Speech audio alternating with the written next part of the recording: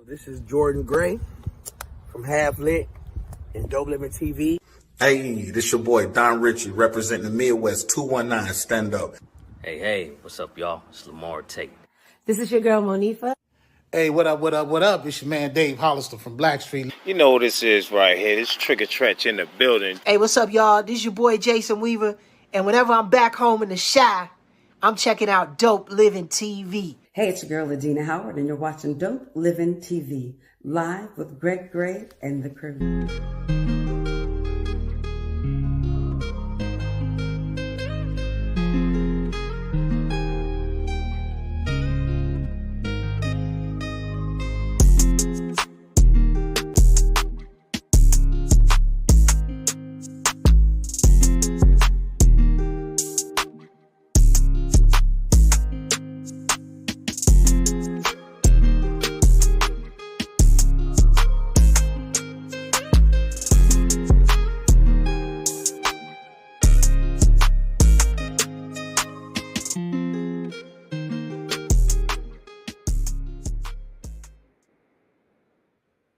Yo, what's up, good people? This is your boy, Greg Gray. This is Dope Living TV Live. The views that are expressed on this Dope Living TV Live are not necessarily the views of Dope Living TV or its affiliates, man. Having said that, man, welcome to the new week. We appreciate you guys for always tuning in, hanging out with us, and exploring the journeys of some of these fine people that come on here to share their stories. I was just talking to our guest tonight, man, and just those little 5 minutes that we talked, so inspirational, and it lets me know that we're doing the right thing here at Dope Living TV Live. We're allowing people to come on and share their journey in hopes that it will inspire someone else to do the same thing, follow their dreams. It's not going to be easy. It's not a cakewalk, all right? But if you take that straight and narrow, you get somewhere. What up, Mo? What's happening, family? I'm just saying, though, man. I was tapping to the... Trying to survive in this heat. Man, if I told you my day to day, man, and then the stupid thing that I did, you know, okay, so I got a BMW, right? Yeah. And I said, I'm gonna save a little money. I'm gonna try to do the work that I needed to do, routine maintenance myself, right? Not on a BMW, bro. But back in the day, our fathers made us work on cars. I did too, but he told me stop at BMW and Mercedes. This was simple. This was a simple oil change, right? Yeah, I know. So, silly me, I'm tired anyway, right? So, jack the car up. Of course, I had to buy a jack because the BMW doesn't have a jack. So I jacked the car up, and I get done, taking the plug out, right, so that the oil can drain. Why? Oh, why did I drain the transmission as opposed to oil? Oh, Lord, have mercy. You're asking for it now, son. You're asking for it. I'm calling people that I know. Hey, man, can you come here and refill my transmission? Because I drained the transmission. And everybody's like, no, my brother. You on your own. Well, it is what it is. But it's a new week, man. We got a fantastic... That's all right. It's going to work itself out, bro. I'm not worried. I don't worry about that, man. It's all good. Yeah. I got to tow it to BMW dealer. They'll do it real quick, and it's done. $85 or more. But anyway, it's what it is. Well, plus the toll bill. We have a fantastic guest. Just talking to him, like I said, these 5 minutes, man, before the show started, was just telling me that we're doing the right thing here. This guy, man, he is he's a producer. He has an executive producer at a company called Global Genesis Group. He's the creator of the Ximphonic, I hope I'm saying it right, Versus TV show. Symphonic Versus. It's actually starting to turn some heads, right? He's a content creator, producer. His name is, and I hope I'm saying it right, Xing Xin. Let me know if I'm right, brother. Ximphonic. Hey, yeah, no, Xing, that's right. I said it. See, I got one right. See, got one right. Welcome to the show, sir. No, thank you very much. I appreciate it. Good to be here.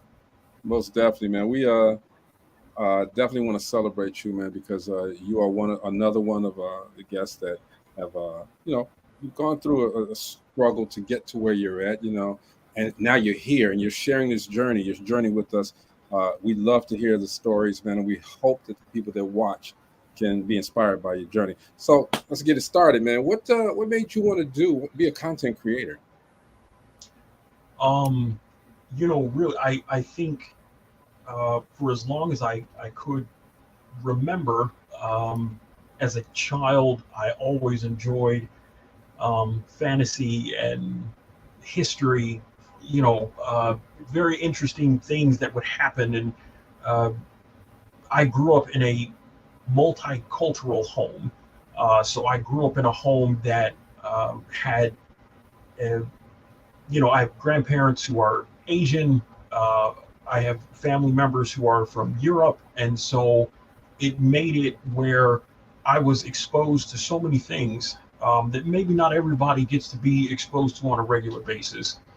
And I just always liked myth and very interesting heroic tales, these great, look at the Iliad, look at the Odyssey, these tales of woe about these heroic people, but yet very tragic in its same sense. And so I enjoyed art and just creating, and then I just always was working on things, and I wanted to get into animation, but that was not something. I couldn't afford to go to school, and at the time it would have been a responsibility that it would have had to have been put on my parents, and I didn't want them to have to carry the weight of that. So I decided I would just try to figure it out. But that's kind of how it all started. I've always enjoyed creating things and telling stories, and one thing just kind of led to another. Okay, and that's always happens. You never know, especially with occupations like this. Things that you gotta discover these. When you go, and we say this all the time on the show. When your counselor at school asks you, what do you want to be when you grow up? I want to be a doctor. I want to be a lawyer. I want to be a police officer. I want to be a fireman. Nobody says I want to be an artist. Nobody says while they're sitting at home playing these games like Final Fantasy and things of that nature, that they want to make that game. They want to do this and that. So I applaud you for being different. Making a way for a different occupation for yourself. Oh, and it's been, it has its it has its ups, its disadvantages, and certain things, like everything does. Anything worthwhile doing, it's gonna be difficult, and but I always liked drawing, and I remember years ago I used to draw my comics and just staple them together on like regular paper, and I would hand them out to people that I went to school with, just copies of it, because back then there wasn't print on demand. Things weren't like it is today, where printing, there are so many options, so many things that are available, and and then when I was 11, and I started working on the story that is what's here today. I mean, so that 30 years is literally what brought everything to the point where it's at right now. And that's great. So I'm looking at some of this art. So you actually draw these yourself? Man. Yeah, I created it. I design it. I draw it. That's a cover actually to one of the issues. Wow. I very much, I love the Baroque, the high Baroque, the Rococo.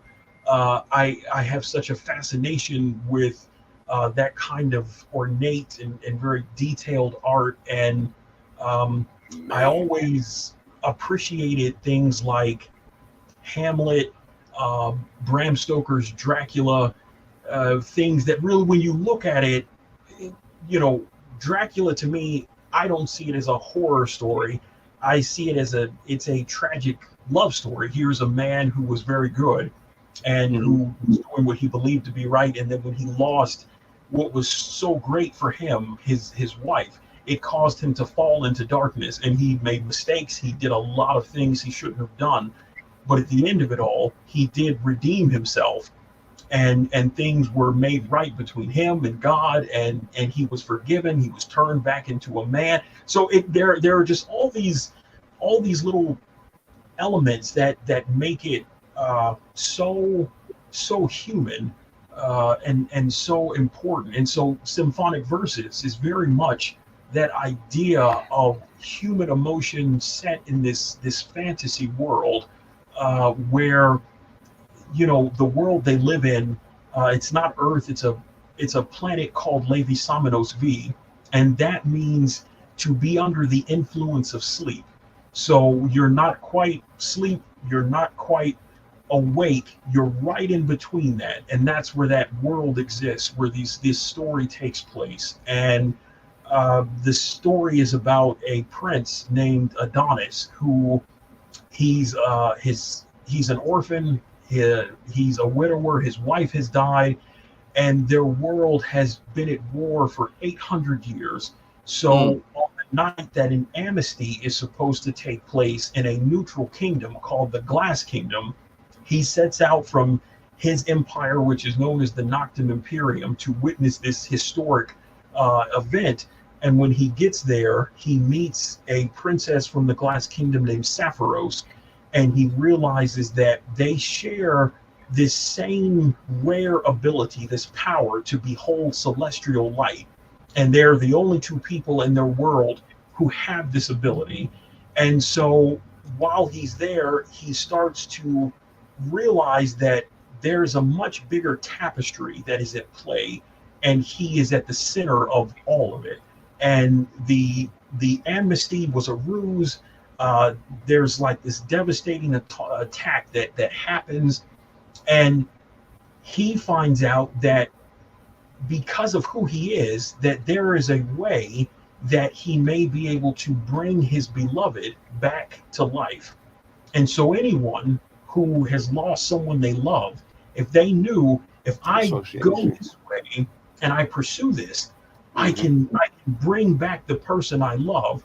But the question is that one, if it can be done, and two, at what cost does it come to literally alter time and reality?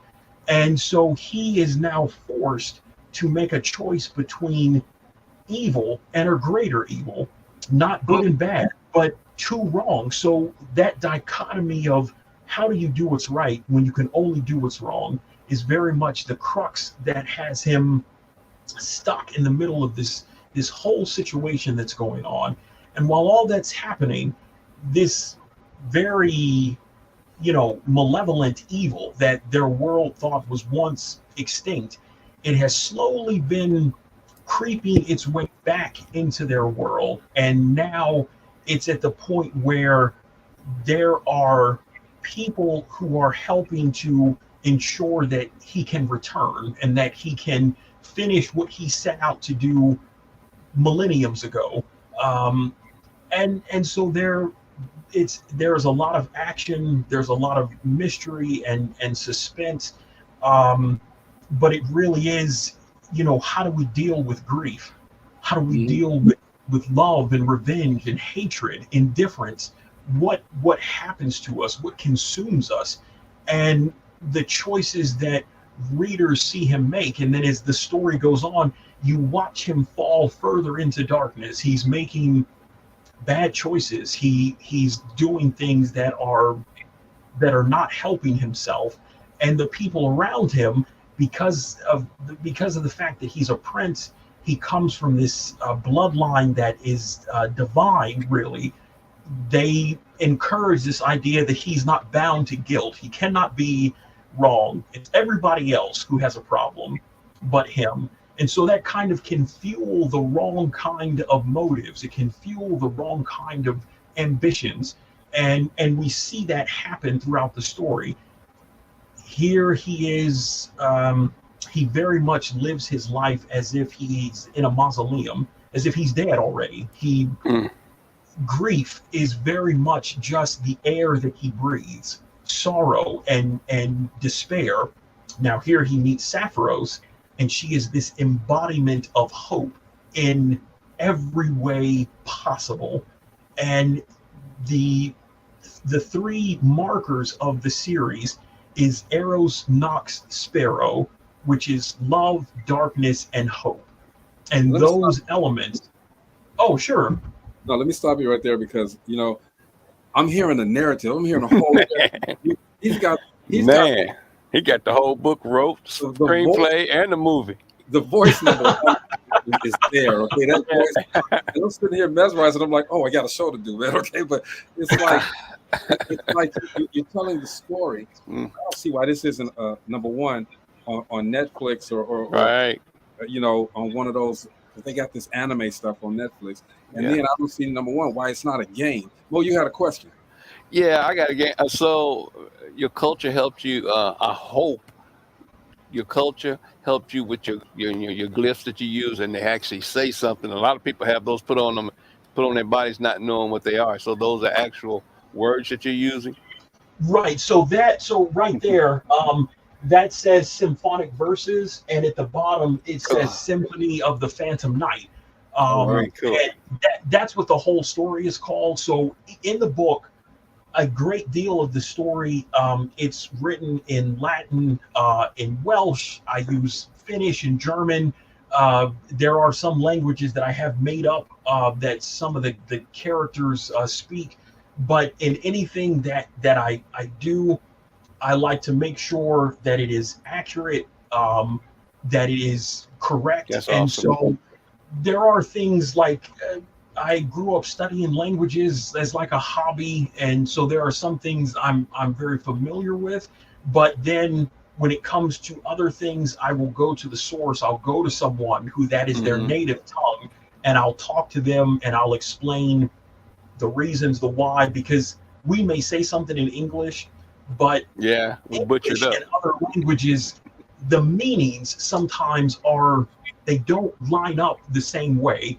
You sometimes have to almost describe something in a different way or a different set of phrases in order to convey the point. So it goes through a lot of very meticulous, being very careful in the wording that I pick and the way the names are, but everything has meaning and everything is it is correctly there the way that it should be.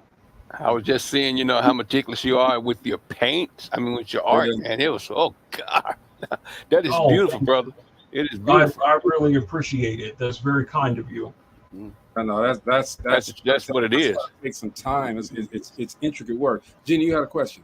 Yeah, those are awesome. I mean, even down to the detail. Yeah. I know that there's a whole community of individuals that follow these types of books. Matter of fact, I know a young author who has about 20 or 30 trilogies. And there's a lot that they do with this. Like she dresses in costume, and there's different shows that she travels to. It's a whole lot. Like I said, it's just like a community. But my question is, a lot of times people look at this as black, very dark.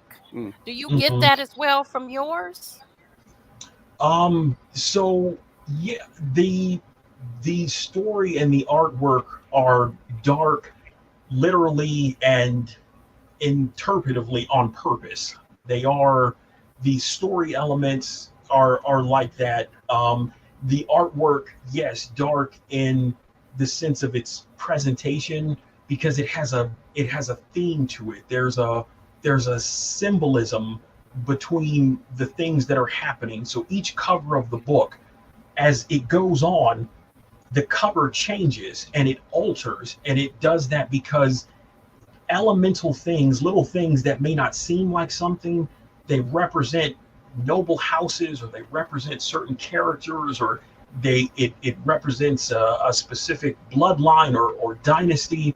And as it goes on, it changes, it alters, it turns into other things, and that helps to convey. Oh, thank you. That helps to convey what's happening in the story at the time. Draw you into the line. Right, to draw you into it, where you actually, and one of the things, hang on, I bought some of my, so this is the cover to what's called an overture edition. And this is used to introduce new readers to the series who perhaps aren't familiar with it. Sometimes when you see books, the cover may look a certain way, but then when you get to the inside, it's completely different. One of the things that I always wanted to make sure was that the quality that people got outside, it only enhances as you go page by page. So once you actually get inside the book, now in all the books, I always include a literary quote from one of my favorite works that represents the ideas that are happening at this particular aspect in the story. So you'll always have those there. And then when you get to the actual pages, this is what it actually looks like. Man, your illustration is off the chain. So it is very much designed and drawn to show readers things that they're maybe not used to seeing that way, and seen in the way that they there we go. You put a lot of time into that, bruh. Yeah, it's literally been 30 years of my life, every day. That's a lot of time. So do you go to conventions, the Comic-Cons and stuff like that so you can network? I do. So they got a big one here in Nashville every year.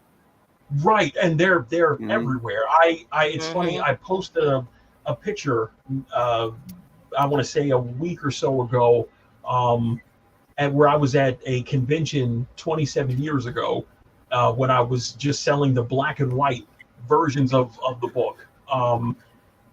So I guess the part where I fill in the other kind of stuff that I had spoke with Greg about. Yeah, please.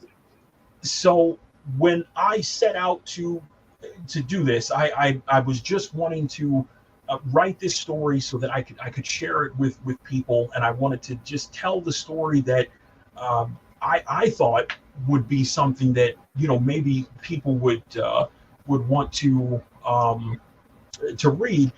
So I went to shows for many years, selling posters and black and white copies of the sketchbooks and things like that, and still constantly learning. Every day is a learning process, even with art.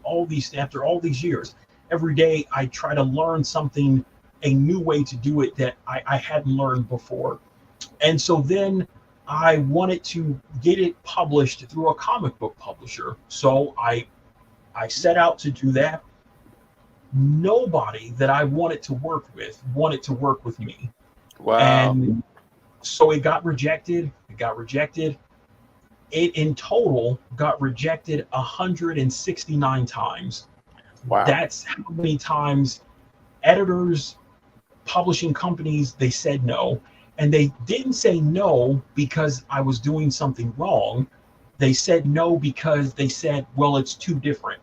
It's not a Western style comic book. And I thought the point of creativity was to create something engaging, something new, something different that maybe people hadn't seen. So I was like, okay, well, that hasn't worked. So then I decided, well, I'll just have to start my own company.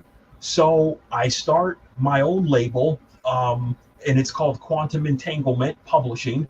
And then I had posted a picture of the main character of Adonis, and he's holding one of his main swords, and just this one image, and I put it online, and a gentleman saw it, and he said, "What is this?"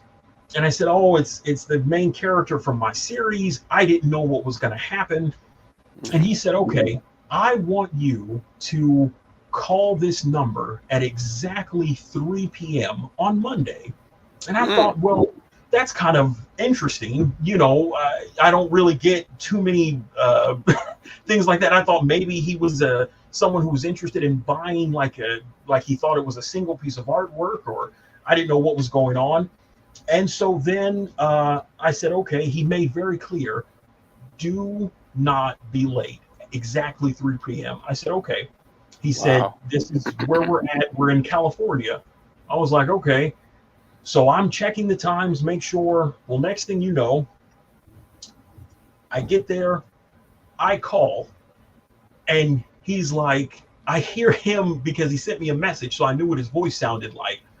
And he's like, hey, you're on time. Great. I'm going to put you on speakerphone. And I was like, oh, okay. I didn't know what's happening. He puts me on speakerphone. He says, okay, the board of the directors, the president of the film company, they're here. You have 30 seconds to pitch it to us. Whoa. And I remember looking at my phone like I thought I was being pranked. Like I thought, this is a joke, right? Like, I'm like, what? 30 seconds, man. What are you talking about? So I go into my pitch about the story. I just kind of, I do the thing. And he's like, okay, hold on. And I can hear them. It's indistinct in the background, but I can hear there's voices. And I'm like, I don't know what's going on. So next thing I know, the president of the film company gets on the phone and he says, you know what? I like it. We're going to give you a deal. Let's turn it into a TV show. And is that your pseudonym, Xing, or is that your name? So that's like a nickname, and my art name, and it's what I've gone by pretty much all my life. It's just what that's what. You know something, 30 years ago, this was not popular. 30 years ago, this was some weird stuff. Like it was right. But you stuck in there, even though it was different. And everybody was looking like this is kind of weird. We don't want this. You still stuck in there and kept pushing. I think a lot of the stuff that came from Comic-Con, Dungeons and Dragons fit, but it didn't fit like this. The thing about this is the detail in the background and the storyline. And I would like to hear the rest of the story about the directors. And we want to hear the rest of it too. But before we continue, I had something, but let's continue. I'll pull it up in a minute. Don't worry about it. Oh, okay. So that's next thing I know, they're like, film, we're going to turn this into a TV show, and it will be worldwide, and all these things that I didn't set out to try to. This is not what I set out to do. Like thinking, oh, I'll get to work in Hollywood and I get to have real Hollywood credits as an executive producer and credited as the creator of a show and one of the lead writers. And that was not my intention. I just thought, well, I just want to tell this story, and I hope that someone likes it. I hope that someone might enjoy it. And so then in 20, let's see, that was in end of 2016 into 2017. We get to 2018 and we start production on the show. And so what was really neat is I get to write and storyboard and direct the trailer for the show. So they've allowed me to do that. And so I did that, and then the thing that I have learned about with film, which is not something it's not like I'm an expert of that element, but just now being around it these handful of years, there are so many things that take a long time, and there are so many things that deals that stuff doesn't always pan out the way you hope to at first. And so it's taken a little longer than we would have liked, but the show is still moving forward. The good thing is it's being storyboarded in Japan by some of the same artists who worked on Final Fantasy 14. So these are the kind of people that are handling the storyboarding. And so as far as the book goes, so I put out the first book, and even though it's a graphic novel series, I call the books consequences, because everything that you read is a consequence of what comes before it. That is literally what is happening. That's what you are witnessing take place. And so I put the first one out. I marketed it for a couple years while I was getting things finished. I didn't know what was going to happen. I put it up for pre-order. The website got so many hits, it crashed twice. And I was like, okay, that was unexpected. I didn't know how people would respond. And to this day, I can say, and it's not because it's me, but it's because of people who believe in what you're doing. I don't use any crowdfunding. I don't have any of the things the way a lot of that stuff is done. And Symphonic Verses has sold 5,353 physical copies without a publishing deal, without distribution. All these, and I tried to get it in Diamond Distribution, which for years was like the largest comic book retail distributor in North America, and really for a lot of places. They rejected it, and they told me it's because they could not compare it to anything else on the market. So that's why they don't want to buy it to sell it, because they can't compare it to something else. And I thought, but that's the point.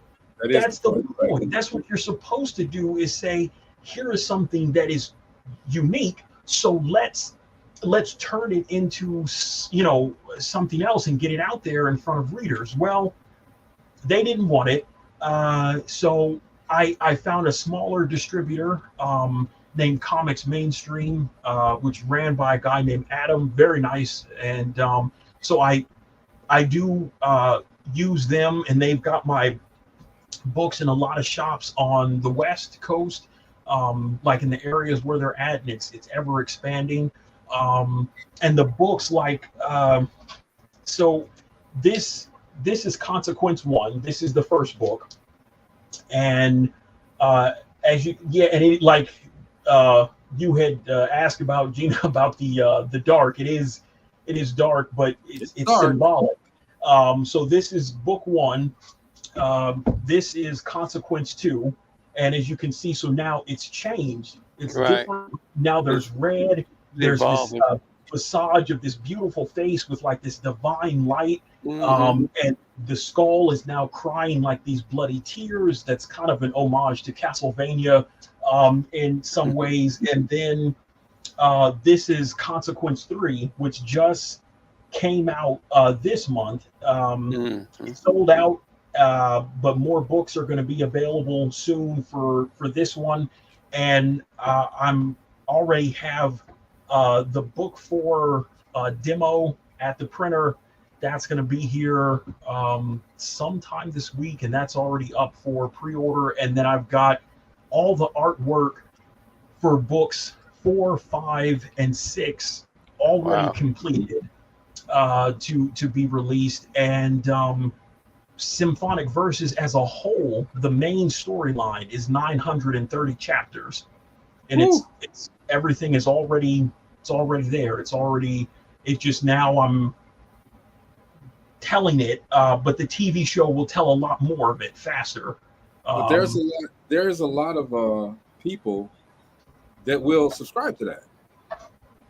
Right. I mean, and every day the fan base it grows. And it's a whole community.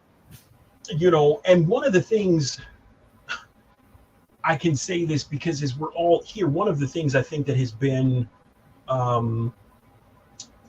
not, I'm not going to say shocking, but in today's society, there's this idea that it's more important to be inclusive and to show that there are creative voices from every corner of the world, no matter what you look like, no matter who you are, you can be creative.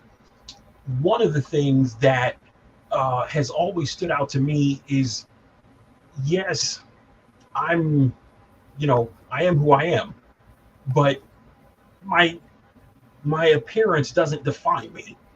It's There you go. I'm just me. I can't be something else and be expected to be this and be that. And so I think a lot of times people are very surprised to see me, and then they see this. And sometimes people are trying to like connect the dots, and it's like, why is that so difficult to Right. to kind of. That's the beauty of it, though. But I think that is the beauty of it. That's the uniqueness and beauty of it. I mean, I think the publishers that passed you up lost. But check this out. Check this out. They lost big time. Let me play this. I found this on YouTube. Let me play this, you guys, and then you can explain a little bit about it, Xing, okay? Sure. Here we go.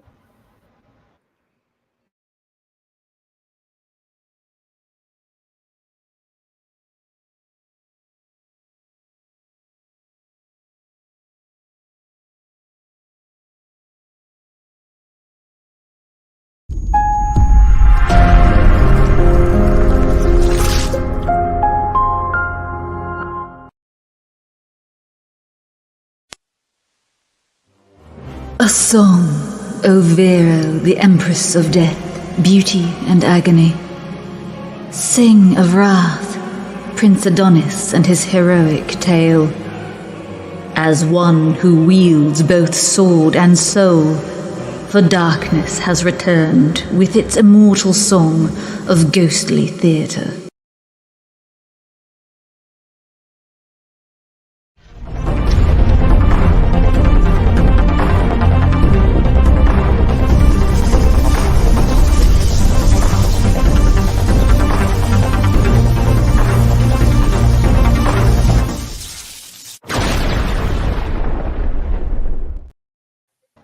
Wow. It's an experience. You know what I mean? It's not just a story, it's an experience. And it's just, I mean, it's so vivid. Did you do all of the illustrations for that? Yeah, everything you see, all the designs, the logos, the it's me. It just, and the videos. I make the videos. I edit them. Now the voice, very, very wonderful, lovely voice actress from London named Erin Walker, who actually read that narrative that I had written for that, and it just kind of that's the really kind of like the dramatic telling of the events that are happening and how it talks about Prince Adonis and his heroic tale, and in this song of ghostly theater that is returning. And symphonic verse is also very much written from a musical perspective. It is very much if you look at things that are classical, I love operas, German operas, Italian operas. I'm a very big fan of Commedia dell'arte. It's this great, the kind of Faust and Mephistopheles, that kind of great play on dramatic motion with body, and they wear these, great mask and those types of things. It makes it so unique. And so I thought that's why it's so important to tell a story where the world, it's not just like someone saying, oh, we're in New York, or we're in Chicago, or we know those places. But when it's something that you don't know, it's a world that is ancient. It's a place that is a mixture, very much their world all over. If you look at like Castile in Spain, if you look at Cologne in Germany, where you have these modern, beautiful city buildings and scapes, but they're surrounded with these Gothic architectures and these Baroque cathedrals, and that is what their world is like. It's very much this mix of what is new and what is very ancient, and it's everywhere. It's everywhere where they live. And then there are parts of their world that are just very ancient, there's no technology. Things from a truly lost era are there, and readers experience all of that because Adonis, his story takes him from these modern like concepts, and then as the story goes on, it opens up, and then you start to see these vast landscapes, these great various powers and cities, and all these things that are unique all within itself, culturally, visually, what it stands for the citizens who live there, and that is the point, is to give readers an experience, not just a book.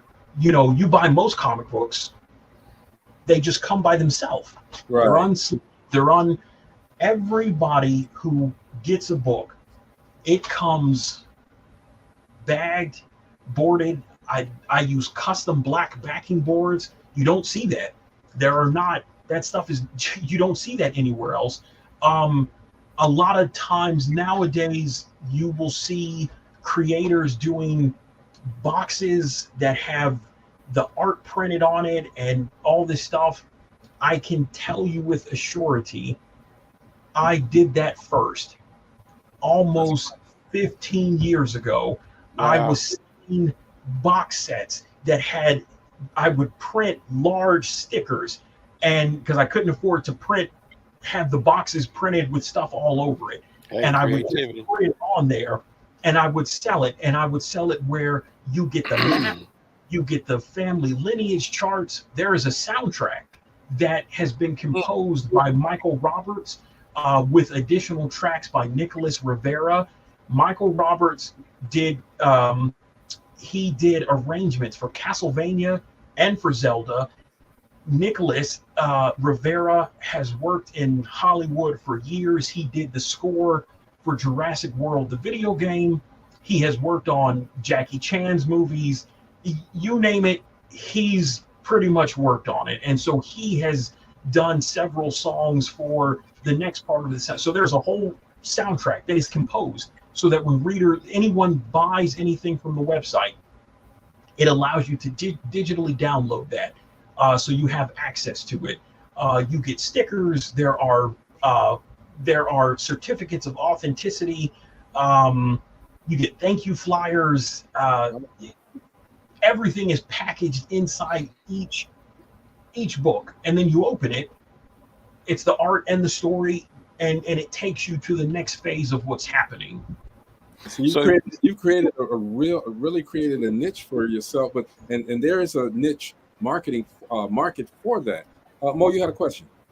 So everything is put on your marketing side. You put everything in there, including some stuff for your customers as far as the posters and things with the book. Yeah, because some of the flyers, are small enough that they're like 8x11 that you can see like in here in the stickers. And then there are posters that I make that are like 12x18. And so when they do get the bigger ones, I use larger boxes, and I actually use soundproof foam to line the boxes so that when it's shipped, everything gets there in pristine, perfect shape. Wow. I'm very meticulous about the whole process. Like, I don't just throw it in a bag. That is unacceptable. It's the presentation and the experience.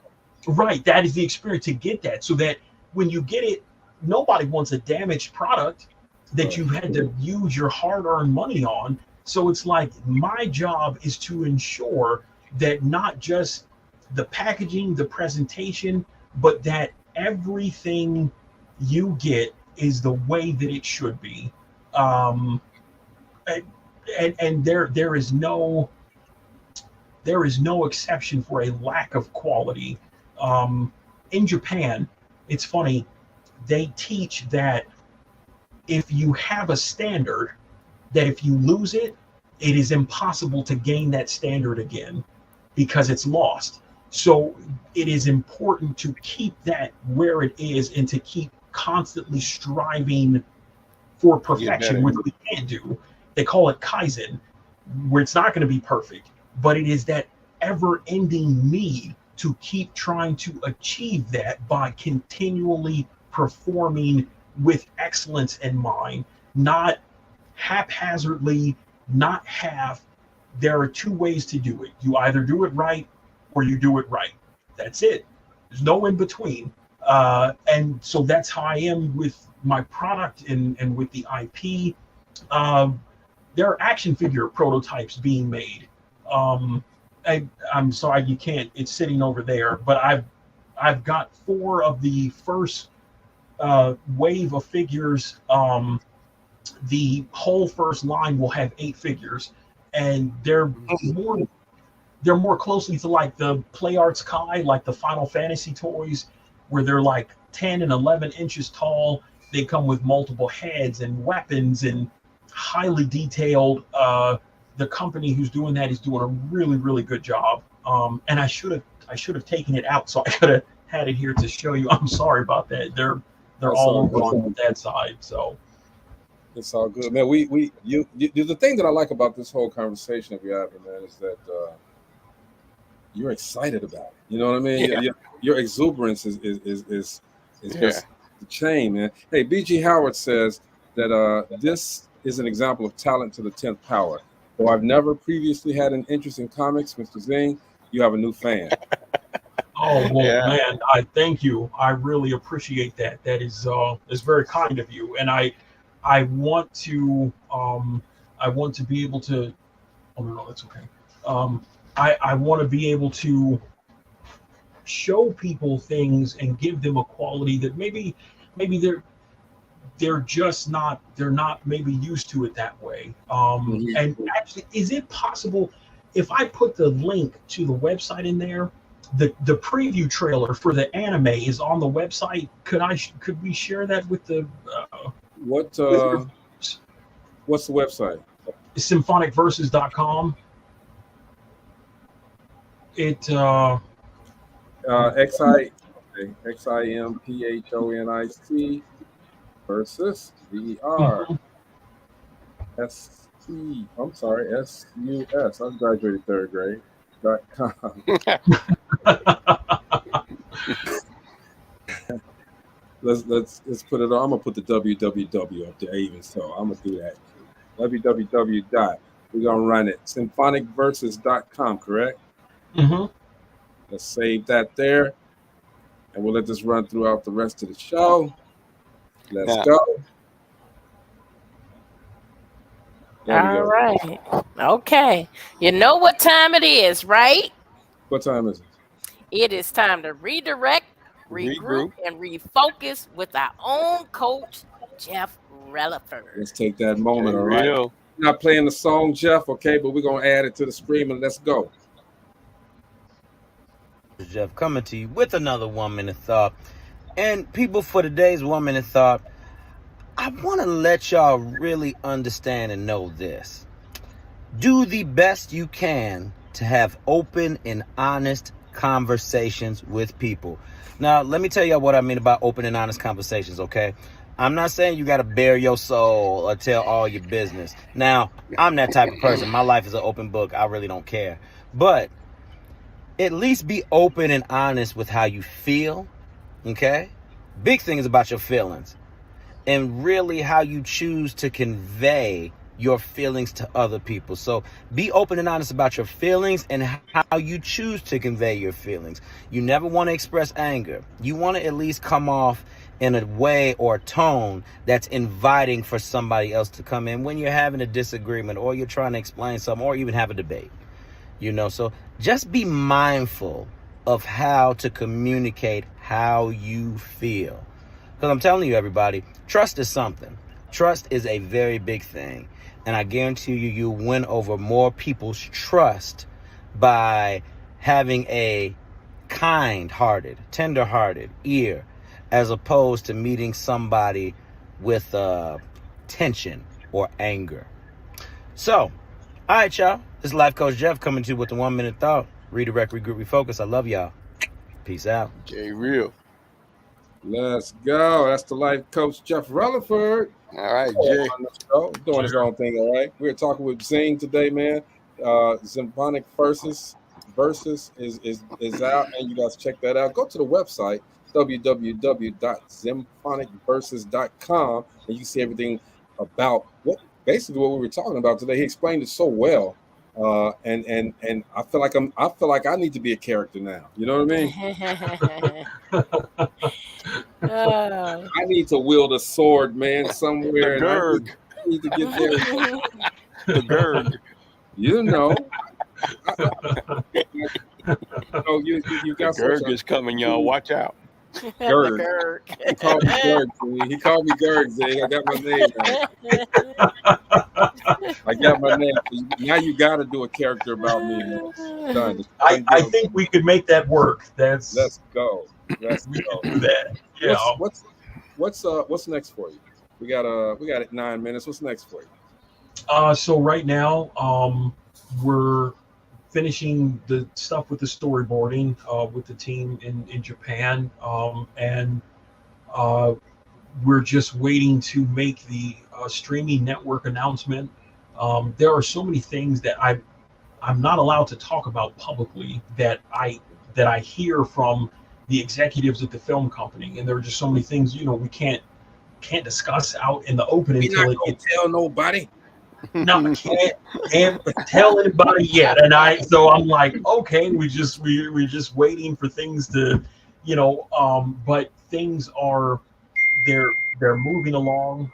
So I'll be really glad once that announcement can be made. And I'm still making the graphic novel series and publishing it and trying to constantly engage with new readers. And so many of the readers are returning customers. They start with the first book and they're like, okay, I need more.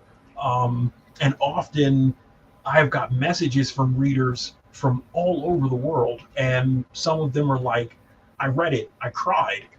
Some of them have said how the story, the dialogue helped them to have this like introspective about how they handle the relationships with their families, with their children, and really Symphonic Verses also it's designed, it's used to help people who suffer from PTSD, who suffer from anxiety, who suffer from depression.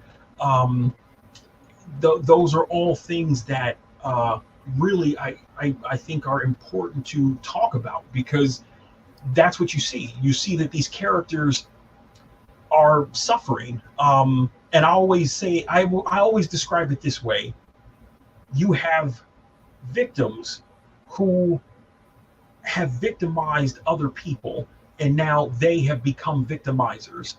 And that's what's happening in the story, is it's a few good people, and then you have all these other people who have their own selfish ambitions and agendas, because they're suffering, they're hurting, they're trying to deal with their own loss, their own grief, but it comes across the wrong way, because sometimes people have too much power, sometimes people have too much influence, sometimes no one stopped to tell them this is not how you heal, this is not how you deal with these things.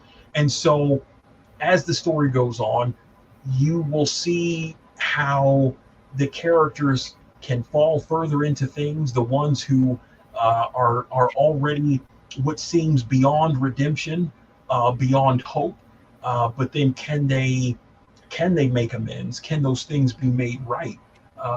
And those are really those human elements of it. But there's a lot of action. The characters have really amazing powers, fighting abilities, all these things that they're able to do. And it's not until as you read it, as it goes on, then you see it, and it's there. And then once you get into it more, it's just so much that happens. And there are so many things I wish I could say, but I never spoil it for readers. That's okay. That's okay. When you make my character, man, make me the so I can see through clothes and things like things of that nature. Hey man, See, everybody's clothes, only female clothes. only female. I don't know. Not a good idea. This was a great journey, man. We love thank you for coming on and hanging out with us and telling us your journey, telling us things, the fantastic things that are going on. This was a different type of show for us because we never had this on before. So this is a first for us. So I thank you for coming on and hanging out with us, man. Thank you all very much. Oh, not a problem. Tomorrow, man, we got we'll have Magic on the show, okay? The Spellbinder's on here. Wednesday, man, we're gonna have the relationship roundtable with my guy Brian and his wife. And then Thursday, man, we haven't had this guy on for a minute. All right, he's back, Mr. Mark Casey. All right, producer. Always got something to say. That's my guy right there. All right, I've been doing his Hollywood tour. He's been over and out of the country. And he just released a movie and stuff. Got a new movie. You know, well, Sasha Lane's, we had the cast on before, but Sasha Lane is out, and everybody watch these movies. Support Xing and everything that he does. All right, Xing, we appreciate you, man. Yeah, appreciate y'all. Very awesome, nice to man. meet This is everybody. awesome. It's beautiful. Oh, no, thank y'all. Thank you for having me. I truly appreciate it. Anytime you want to come back, man, the door's open. Oh, thank you. Thank you very much. I just have to add this before we leave out. I am so impressed, Xing, that you stuck to your guns, because many times people come out with something that's different and people don't accept it right away. They throw it to the wayside and you continue to push forward. I commend you for that. Yeah, that's especially in our culture, you know, they don't expect it. And when somebody says, well, you already know it's different. And when somebody else actually confirms it's different, and you know, it turns into a touchy thing. So I mean, I'm glad that you stuck to it too, bro. You're doing anything. Thank you. Thank that's y'all that very work. much. That's that work, man. Last comment. BG Howard says, LOL, and I thought scripting a fiction crime thriller was work. My novel doesn't even have any pictures. I have to go back to class. I will tell you this. It's what I tell anybody. No matter what it is that you want to do, pursue it, work hard at it, you keep your head down, and you just keep learning. Don't fall into this category of, I've this and no. You have to remain a student for life of how you can keep developing, harnessing, honing those skills and abilities, so that as that experience grows and then you share it with people, the readers are going to feel your intentions through your work. They will sense what you're doing because it will have the weight that comes with that experience. And that's what you have to do, but you have to keep going, and you can't stop, and you cannot settle for mediocrity ever. Stay consistent, man. We appreciate you coming through. www.symphonicsversus.com. You guys check it out, all right? BJ has already checked it out. We need you guys to check it out. It's Dope Living TV Live. We will see you guys tomorrow. Peace.